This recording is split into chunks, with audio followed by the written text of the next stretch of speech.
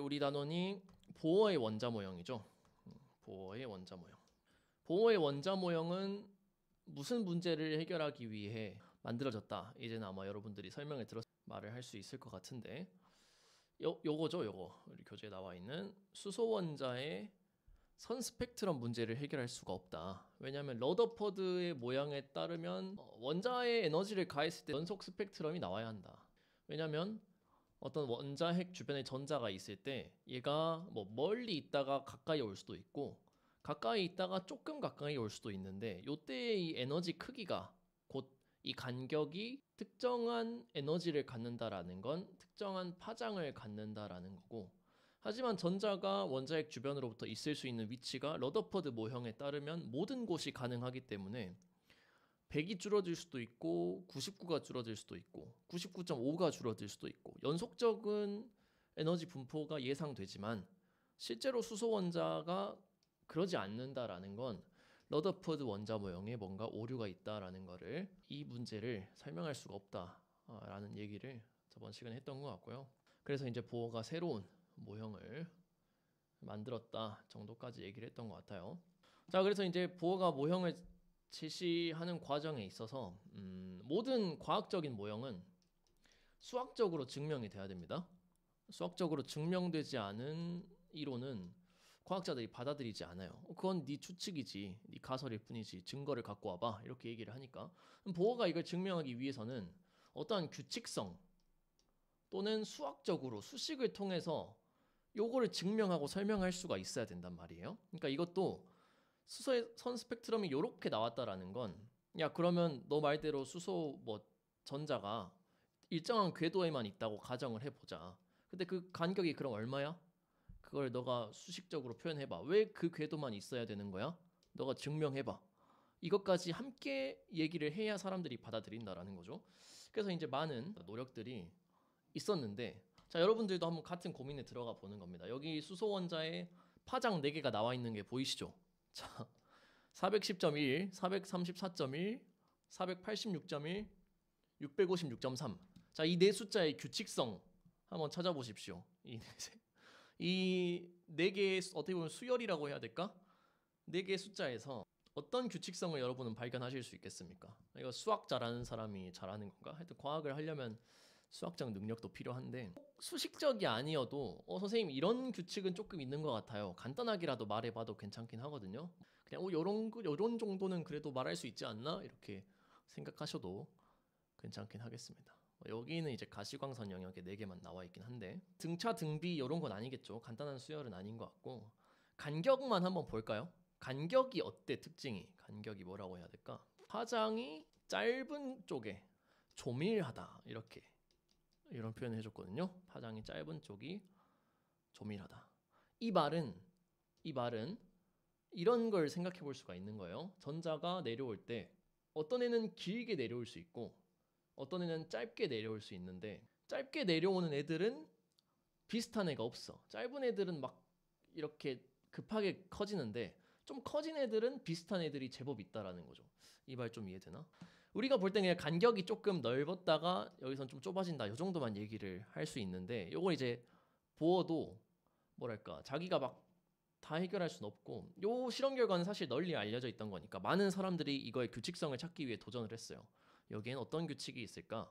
이렇게 하다 보니까 어디 이제 시골에 있는 수학 선생님한테도 흘러 들어갔습니다. 그리고 그 수학 선생님이 이거를 열심히 뜯어보더니 내가 이 규칙성을 찾았다 하고는 이제 발표를 하는 거예요. 그게 바로 이제 여러분 교재에 나와 있는 요 식이 되겠습니다. 요게 방금 본 수소 원자의 선 스펙트럼에 어떠한 숨어있는 규칙성을 찾아내는 식입니다. 자, 이 식을 한번 뜯어보도록 할게요. 왼쪽에 있는 요 기호는 그리스 문자죠. 그리스 문자 뉴라고 읽습니다. 한글로 표현하기가 좀 그러긴 한데 뉴라고 하고, 물리적 상수로서는 진동수를 의미하죠. 진동수를 의미합니다. 뉴라고 읽고요. 오른쪽에 있는 거는 요 R은 우리 교재에 이제 리드베리 상수라고 나와 있어요. 요 식을 이제 정확히 제안한 사람이 리드베리 씨라고 생각하시면 될 것 같고요. 리드베리 상수고요. 단위가 이제 헤르츠를 가져요. 헤르츠는 왼쪽에 있는 진동수의 단위가 뭐죠? 헤르츠죠. 그래서 양쪽에 단위가 같다라는 걸 알 수 있어. 오른쪽에 있는 애들은 단위가 있을까 없을까? 없습니다. 얘네는 무차원이에요. 자, 그러면 n1과 n2가 어떻게 되냐? n1은 1, 2, 3 우리가 알고 있는 자연수다 라고 말을 한 거고요. n2는 n1보다 1 커야 된다. 1 이상은 커야 된다. 자, 이거를 좀 더 이제 와닿게 좀 더 써보면 만약에 n1이 1이다. 그럼 n2는 뭐가 가능한 거예요? 2부터 가능한 거야. 그지? 2, 3, 4 이렇게 가능한 거고요. n1이 만약에 2다. 그 경우는 n2가 1과 2는 될 수가 없다는 거야. 오케이? 3부터 가능하다. 3, 4, 5 이렇게 간다라는 걸 얘기하거든요. 근데 선생님 아까 그 선 스펙트럼을 우리가 파장으로 알고 있는데 여기는 파장에 대한 식이 없는데요? 얘가 왜 얘를 설명하는 거죠? 라고 했을 때 여러분들이 파장과 진동수의 관계를 저번 시간에 조금 간단하게 얘기했던 것 같아요. 파장을 진동수로 바꿀 수 있나요? 파장을 진동수로 바꿀 수 있죠. 파장 진동수 얘네는 빛이기 때문에 전자기 파기 때문에 어떤 파동의 속력은 진동수 곱하기 파장 람다죠. 이렇게 나타낼 수가 있는데 이 전자기파는 빛이기 때문에 빛의 상수 299792458은 진동수 곱하기 파장이다. 그러니까 요 상수를 이용하면 서로 두 개를 환산할 수가 있어요. 그지? 그렇기 때문에 이 파장들을 진동수로 변환시킨 다음에 요 식에 맞춰 보면 그 진동수는 항상 어떤 자연수의 제곱분의 1 빼기 자연수 제곱분의 1에 어떤 상수를 곱한 값들이 바로 요 규칙이다 라고, 그죠? 누가 쉽게 찾아낼 만한 규칙은 아니죠, 솔직히. 이제 발견을 하고 이런 식을 발견한 겁니다. 요거를 우리가 하나만 대입해서 한번 살펴볼 거예요. 대입하는 과정 한 번만 천천히 보도록 하겠습니다. 예를 들어 가장 간단한 경우를 살펴보자. n1이 1이고 n2가 n1이 1이면 n2는 2부터 가능하죠. 요 경우를 한번 살펴보자라는 겁니다. 그러면 요 식에 대입을 해보면 되겠죠. 대입하면 이렇게 되겠죠. 자, 선생님 대입한 겁니다. 여기 r 값을 그대로 넣어줬어요. 여기 다리에 넣어주고 1제곱분의 1 빼기 2제곱분의 1 이렇게 한 거지. 그지? 그럼 뒤에 거는 4분의 3이 되겠죠. 4분의 3. 그리고 이 숫자를 곱하면 어떤 상수값이 나오겠지. 진동수가 얼마가 나오냐? 요 진동수가 나옵니다. 요 진동수. 근데 우리가 갖고 있던 그 파장 자료는 그 나노미터 보통 그 파장으로 돼 있기 때문에 파장으로 한번 환산을 해보자라는 겁니다. 파장 환산을 위해서는 요 식을 알고 있어야 되죠. 아까 선생님이 얘기해줬던 진동수는 빛의 속도를 파장으로 나누는 값과 같다.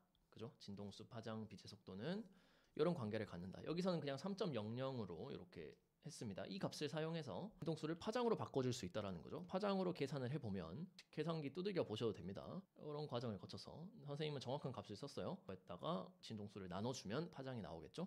그러면 이 값이 나옵니다. 자, 이런 값이 나오거든요. 맞나 싶은데 얘를 이제 조금 더 보기 좋게 바꾸면 저번에 이제 단위 얘기를 했죠. 10-7제곱미터를 좀 보기 좋게 바꾸면 무슨 미터로 바꾸면 좋을까? 밀리미터, 마이크로미터, 나노미터 중에 뭘로 바꿔주면 좀 깔끔하냐? 밀리미터는 10-3이죠. 그러니까 아직 10의 4제곱이 남아, 마이너스 4제곱이. 마이크로 해도 10-6이니까 10-1이 남아버려요. 나노미터 하면 10-9제곱이니까 소수점을 몇 개 옮겨줘요? 2개를 옮겨주면 됩니다. 그럼 나노미터 단위로 썼을 때는 여기 얼마가 나오냐? 121 나노미터 정도가 나온다라는 거죠.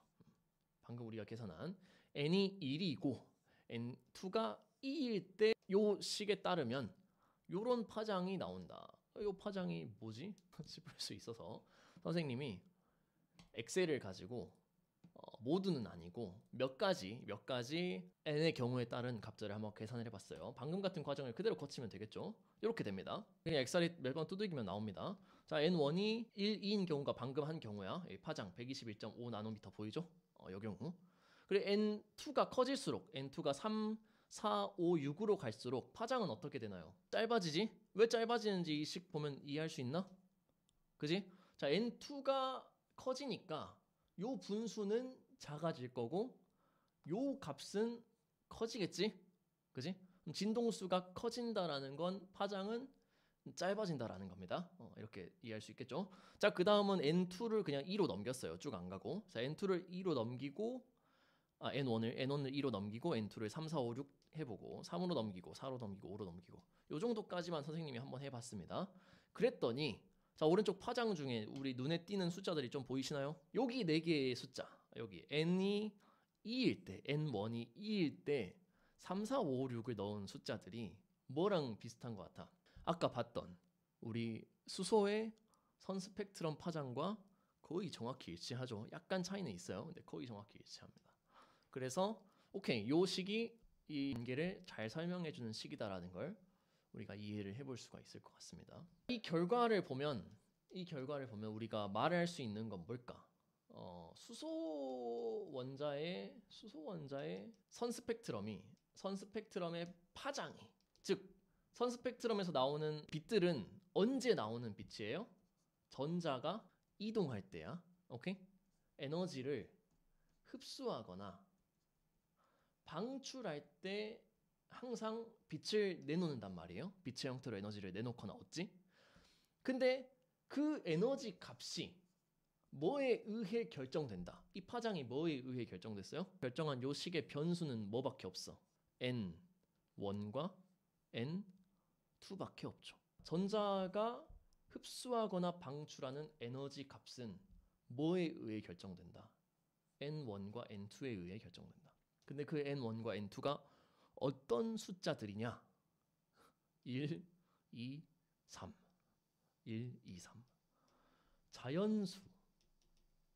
하나하나 딱딱 떨어져 있는 정확한 일정 간격씩 떨어져 있는 값들에 의해 얘가 결정된다 라는 걸 이 식이 설명해 주는 겁니다. 이게 좀 무슨 말인지 좀 와닿나 모르겠는데 이걸 보고 양자화라고 얘기를 해요. 이게 바로 양자화의 개념입니다.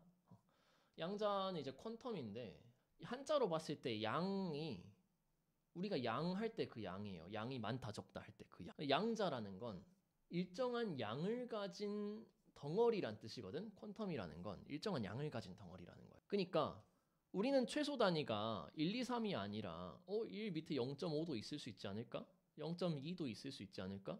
뭐 0.05도 있을 수 있지 않을까라고 생각했는데 1이 최소 단위라는 거야. N1은 1보다 작을 수가 없죠. 이게 바로 양자화의 의미입니다. 전자가 갖는 에너지는 양자화되어 있다. N이 1일 때부터 정의가 되고 그 값만이 존재한다. N이 1.5일 때는 존재한다 안 한다?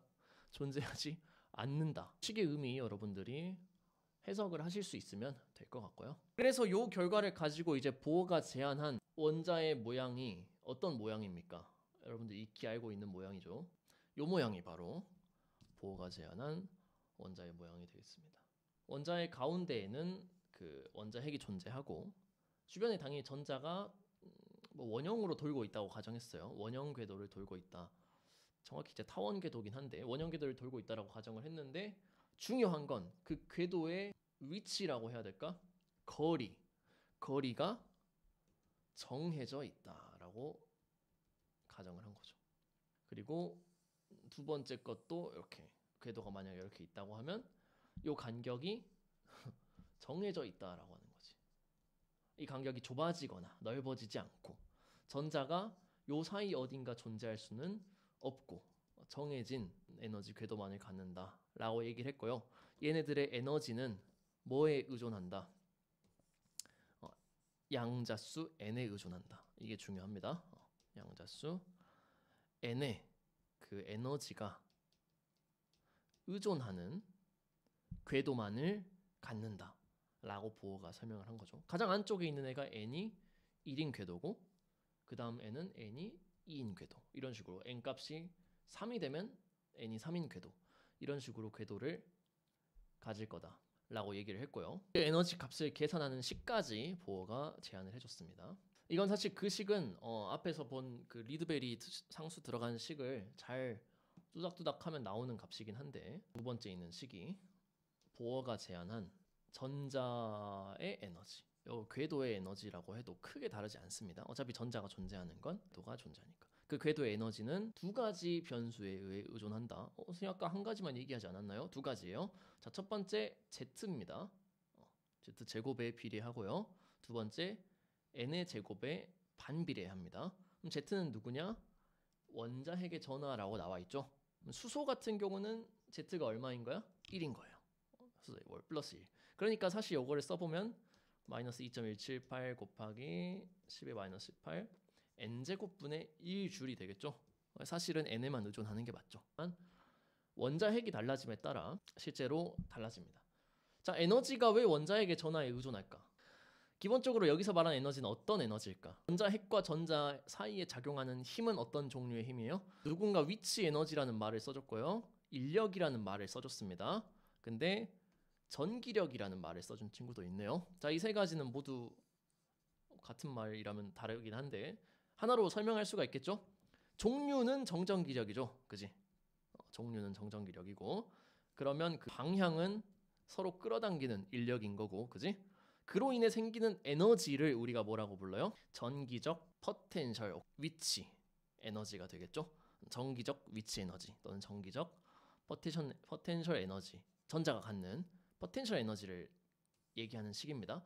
그러면 원자핵의 전하가 그 포텐셜 에너지에 영향을 주나? 주겠지. 원자핵의 전하가 커지면 인력이 어떻게 되겠어요? 강해지니까 포텐셜 에너지도 안정화되는 겁니다. 커져요.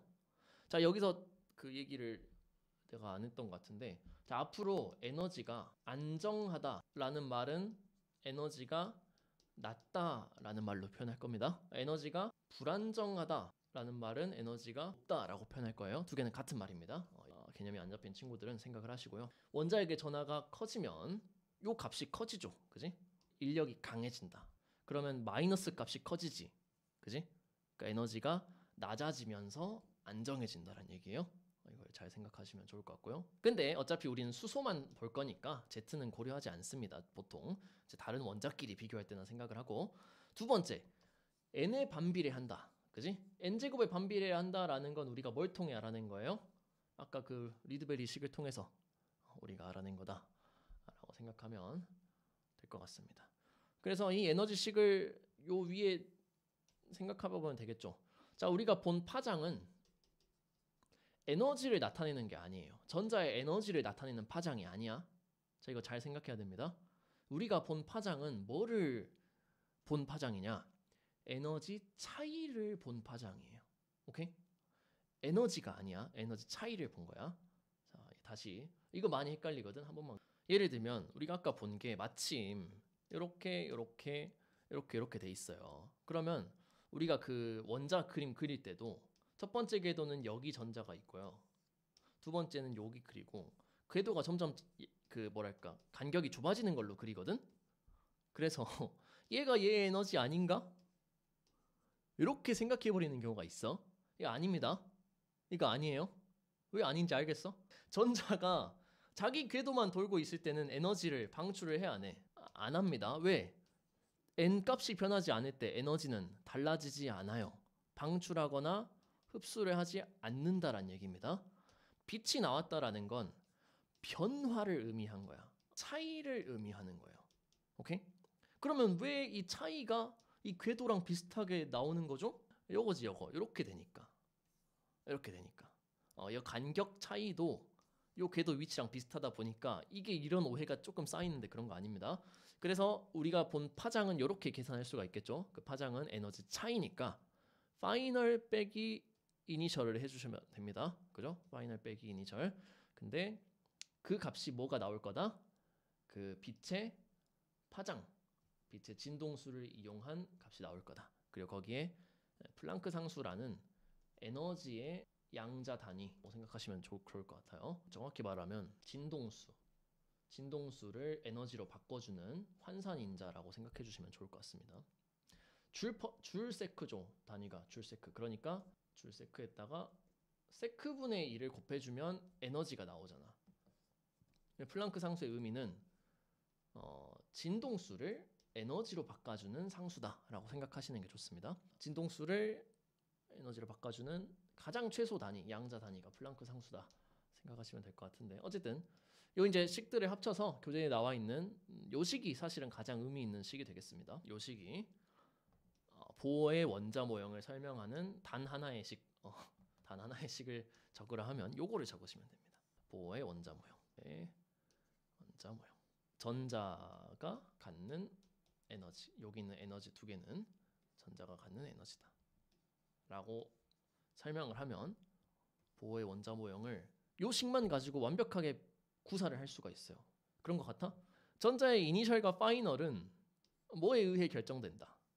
n에 의해서만 결정된다라는 걸 의미하고 있죠. 오케이, 전자는 n은 1부터 2, 3, 4로 넘어가는 궤도를 갖고 있을 거야 라고 생각을 할 수가 있을 것이고, 그 차이가 곧 에너지 차이다 라는 거는 요 값이 정해져 있기 때문에 그 차이 값도 정해진다라는 거죠. 어떤 특정한 선 스펙트럼만을 내뿜을 것이다. 그 전자 n 값이 달라질 때는 그 궤도와 궤도 사이의 에너지 값을 흡수하거나 방출할 것이다 라는 것도 요 식을 통해서 우리가 한번 생각을 해볼 수가 있겠습니다. 여러분들이 아마 문장으로 배웠던 그 보어의 원자 모형을 식으로 표현하면 이렇게 표현을 할 수가 있겠고요. 요 그림을 설명할 수 있으면 보어 원자 모형은 완벽하게 이해했다 여러분들이 얘기해도 문제가 없겠습니다. 자, 첫 번째 그림은 뭘 의미하고 있죠? n 값에 따라 전자는 특정한 에너지 궤도만을 갖는다 라는 얘기가 되겠고요. 요렇게 갈 때 빨간 빛이 나오고, 요렇게 갈 때 초록빛, 요렇게 갈 때 파란빛, 이렇게 갈 때는 보라빛이 된다라는 거는 에너지 간격이 지금 어떻게 되고 있어요? 커지고 있죠? 그지? 얘는 3에서 2로 가는 애고, 얘는 4에서 2로 가는 애고, 5에서 2, 6에서 2로 가는 애들이죠. 그지? 그러니까 간격이 넓어지니까 파장은 어떻게 되고 있어요? 짧아지고 있다. 에너지는 커지고 있는 거죠. 그거를 이 그림을 통해 또 이해를 해볼 수가 있겠고요. 그거를 모든은 아니지만 대부분의 경우를 이렇게 표현해 둔 게 상태가 되겠습니다. 기본적으로 우리가 관찰하기 좋은 게 가시광선이죠. 아까 봤던 400부터 600, 700 사이, 얘가 n은 2로의 전이가 가시광선 영역, 발머 씨가 잘 분석을 해서 발머 계열이라고 얘기하고요. 우리가 아까 n은 2에서 2를 처음에 계산했었죠. 그지? 그때 나왔던 121이 이 친구입니다. 이 친구가 요 친구다. 요 친구. 에너지가 자외선 영역에서 가장 작은 애. 이 친구가 아까 봤던 121.1이 나옵니다. 그리고 n이 3에서 오고 4에서 오고 5에서 오면 점점점 많아지니까 그 파장이 점점 짧아질 거다라고 생각하면 되겠고요. 자, 수소에서 가장 에너지가 큰 전이는 n이 몇에서 몇으로 갈 때일까요? 수소에서 가장 에너지가 큰 전이는 n이 몇에서 몇으로, 어디서 어디냐를 써야지. 그지? 어디서 어디냐. 6에서 1 적어줬습니다. 6에서 1. 그지? 여기서는 n이 6까지밖에 없는 걸로 나왔죠. 그지? 근데 n7 있을까 없을까? 있습니다. 있어요. n은 8도 있어. n은 몇 가지 있을까? 무한대까지 있습니다. 아까 한 개가 없었죠? n은 1, 2, 3 땡땡땡으로 나와 있었지? 무한대까지 있습니다. 그렇기 때문에 n은 무한대에서 1로 갈 때가 가장 큰 값이 나오고요. 그 값이 얼마인지 여러분이 이제 계산할 수 있어. 수소 원자에서 가장 에너지가 높은 데서 낮은 데로 가는 값 계산을 하는데 필요한 식은 어디 있어요? 식은 여러분 교재에 잘 나와 있죠? 요 식입니다. 요 식. 요 식을 쓰면 돼요. 여기에다가 n 파이널에 얼마를 넣고, 이게 1이야 무한대야? 2를 넣어야 되죠? 자, 2를 넣어야 됩니다. 파이널이니까. 그지? 무한대에서 1로지. 그러니까 이니셜에 무한대를 넣어주시고요. 파이널에 1을 넣어주시면 됩니다. 그러면 요 값이 어떻게 되지? 1제곱분의 1 빼기 무한대 제곱분의 1이죠. 그지? 근데 무한대 제곱은 무한대고 무한대분의 1은 뭘로 수렴하니까 0으로 수렴하니까 1 빼기 0은 해서 요 값이 1이 나와요. 그지? 그러면 계산할 것도 없어. 뭐가 수소의 가장 큰 전이야? 요 값입니다. 요 값. 요게 바로 n은 무한대에서 n은 1로 갈 때의 전이고요. 잘 생각해 보세요. 자, n이 무한대에 전자가 있었다라는 건 그 전자는 원자 핵에 결합돼 있었을까? 그렇지 않다라는 거예요. 이 n이 무한대라는 의미는 자유전자를 의미합니다. 핵에 구속되지 않은 전자예요. 어떤 원자에 속하지 않고 자유롭게 떠다니는 전자야. 이 마이너스 홀로 있는 전자를 의미하고요. 걔가 n은 1로 내려왔다라는 건 완성품은 뭐가 만들어질까? 수소가 만들어지는 거야. 수소가. 원자 핵에 가장 가까운 전자가 들어왔다라는 건 바닥 상태의 수소가 만들어지는 거예요. 바닥 상태의 수소가 만들어진다. 그래서 이걸 식으로 쓰면 어떻게 되냐? H 플러스에 전자가 붙어서 수소를 만드는 요 반응. 요 반응에서 방출되는 에너지는 얼마냐? 요 값이 되겠습니다. 수소 원자를 만들 때 되게 작은 에너지죠. 여러분 1줄이 어느 정도인지 아시나요? 1줄 줄의 정의는 그 뉴턴 미터지. 뉴턴 미터 기억나나? 1은 FS죠. FS 뉴턴 미터야. 1 뉴턴으로 1미터 옮긴 건데 그럼 1 뉴턴은 어느 정도냐? 미터는 잘 아니까. 뉴턴은 F는 MA죠. F는 MA로 쓰니까 M은 킬로그램 단위를 쓰고 A는 미터 퍼 세크 제곱을 쓰거든요. 자, 1kg짜리를 1m per 세크 제곱으로 가져갈 수 있는 애가 1뉴턴이에요. 그지? 그 1뉴턴으로 1m를 옮기는 게 1줄이야. 그러면 요 정도의 줄이면 되게 적은 줄이다. 그지? 되게 적은 줄이네요. 근데 우리가 보통 화학 반응은 뭘 단위로 쓰죠? 이제 배웠나? 그지? 몰을 단위로 쓰기 때문에 자, 이거 전자 하나입니다. 전자 하나야. 이 식이 의미하는 건 몰 단위로 바뀌면 어떻게 될까?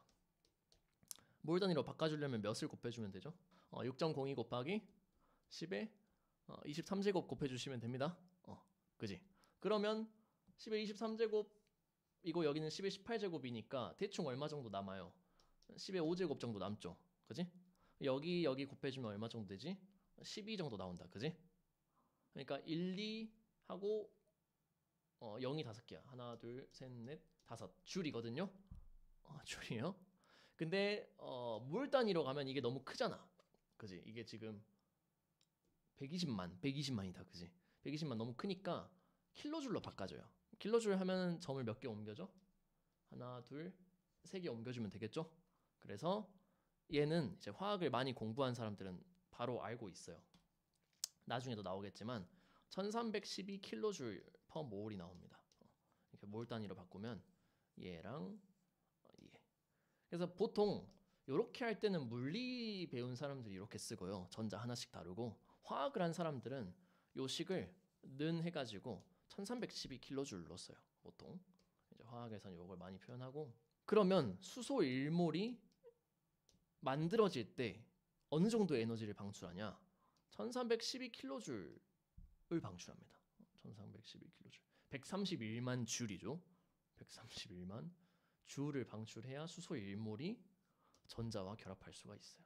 그러니까 수소 1몰에 갇혀있는 에너지가 생각보다 엄청 많다라는 걸 여러분들이 또 생각은 한번 해볼 수 있을 것 같은데 복잡한 얘기를 조금 했고요. 이렇게 이 식이 그냥 단순한 전자 전이만 생각하는데 이온화를 설명할 수도 있습니다. 방금처럼. 방금은 이제 전자가 쑥 들어오는 걸 생각한 거고 만약에 N은 1에 있던 전자가 이온화가 됐다.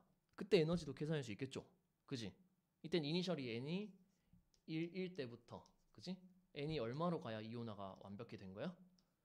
무한대로 가면 되겠죠. 그 값은 정확히 똑같죠. 자, 이 1310은 어디서 나오냐? 수소의 이온화 에너지입니다. 이온화 에너지 배웠지? 안 배웠나? 이온화 에너지. 수소 1몰이 이온화하는데 필요한 에너지가 1312킬로줄 퍼 몰이에요. 이것도 이 식을 통해서 계산도 해볼 수 있고 실험을 통해 그 값이 나온다는 것도 열을 측정함으로써 가능하겠습니다. 보어의 원자 모형은 그래서 수소를 설명하는 데 있어서 완벽입니다. 완벽. 그러니까 이거를 사람들이 처음에는 받아들일 수 없어. 어떻게 n이 1.5나 뭐 0.5는 존재할 수 없고 무조건 자연수로만 에너지를 갖는다는 게 상식적으로 말이 안 된다. 근데 선스펙트럼도 그렇고 이 에너지 값도 그렇고 계산해 보니까 너무 잘 맞아 떨어지는 거예요. 그래서 양자라는 개념을 화학에서 처음으로 사람들이 받아들이게 된 계기가 된 닐스 보어의 원자 모형이 되겠습니다. 이걸로 이제 보어가 엄청 파워를 얻어요. 나중에는 그 양자역학 쪽에서 아인슈타인하고 맞짱도 뜨고 그러는데 어쨌든 자 닐스 보어 보어의 유물, 사실 보어 원자 모형이 처음에 이렇게 혁신적이고 아주 기가 막힌 모형이었는데도 아쉽지만 우리가 현재 쓰는 모형이 아니죠.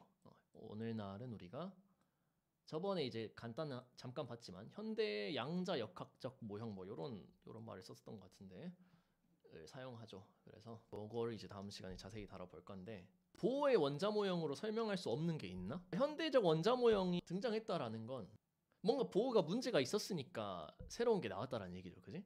이게 뭘 설명을 못했냐 라고 하면 여러분들이 교과서에서 배우긴 했을 것 같습니다. 그게 바로 이제 다전자 원자의 선 스펙트럼. 항상 스펙트럼이 문제네요. 선 스펙트럼을 설명을 못했죠. 전자의 파동성 얘기를 했는데, 전자의 파동성은 보어 모형에서도 설명은 할 수 있어요.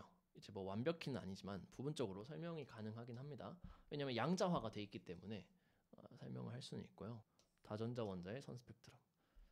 그래서 보어 모형은 어디에만 적용을 할 수가 있냐? 수소에만 적용하는 거 아닙니다. 수소 말고도 적용할 수 있어요. 자, 수소 꼴 원자에만 적용합니다. 자, 수소 꼴 원자가 뭡니까?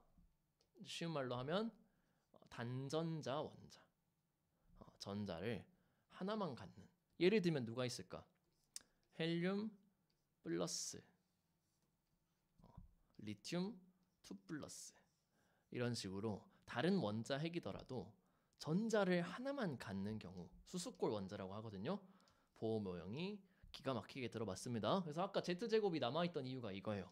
다른 원자 핵에 대해서도 전자를 하나만 갖는다면 그 보어 모형을 그대로 적용하고 실제로도 오차가 거의 없습니다. 그래서 보어 모형은 아주 기가 막힌 모형이다, 이렇게 얘기를 해볼 수가 있겠죠. 자, 다음 시간에 한번 요거 이제 다전자 원자로 넘어가도록 하고요.